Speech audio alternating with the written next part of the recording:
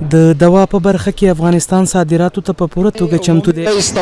ګڼو هیوادونو ته د دوا په برخه کې صادرات شوي او نورو هیوادونو ته د صادرېدو هڅې روانې دي.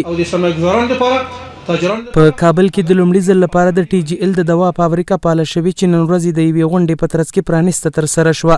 په یاده غونډه کې د ټي جی ال فابریکې رئیس غفور غفوري وویل ټي جی ال فابریکه د 25 میلیون ډالرو په لګښت په لس جریبه ځمکه کې جوړه شوې. محترم وزارت د درملو ادارې د قوانینو په چوکاټ کې په 1401 کال کې هجري شمسي کې فعالیت پیل کړ. فابریکه باندې تقریبا 25 میلیونو ډالرو په ارزښت او پانګه کارول شوې ده او دغه فابریکه په 10 جرګونو کې عیار شوې او جوړه شوې ده.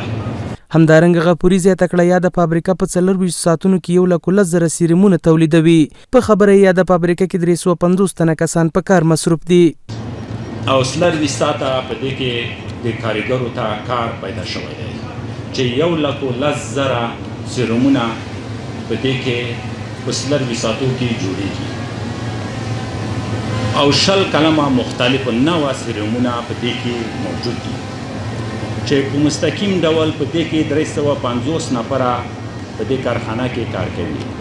په ورته مهال د تجارت او سوداګرۍ وزارت مرستیال مولوي قدرت الله جمال وویل افغانستان اوس مهال د دوا د تولید په برخه کې د ځان بساینې په لور روان دی.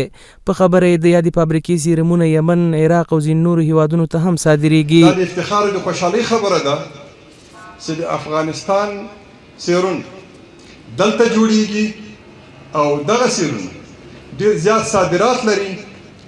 دغه سیرون یمن هیواد، عراق، نور هیوادونو ته هغوی غوښتي چې د افغانستان له سیرونه د استفاده وکړي. نو دې دا موږ ته زیر ادا کوي چې الحمدلله د افغانستان ولس، د افغانستان دغه صنعتکاران، د غیرتي خلک چې دوی کوم صنعت کوي، تولید کوي، دا په ښه کیفیت کې ده.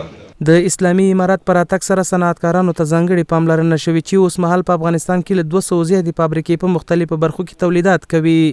محمد عمران سرکوټوال، حریت رادیو، کابل.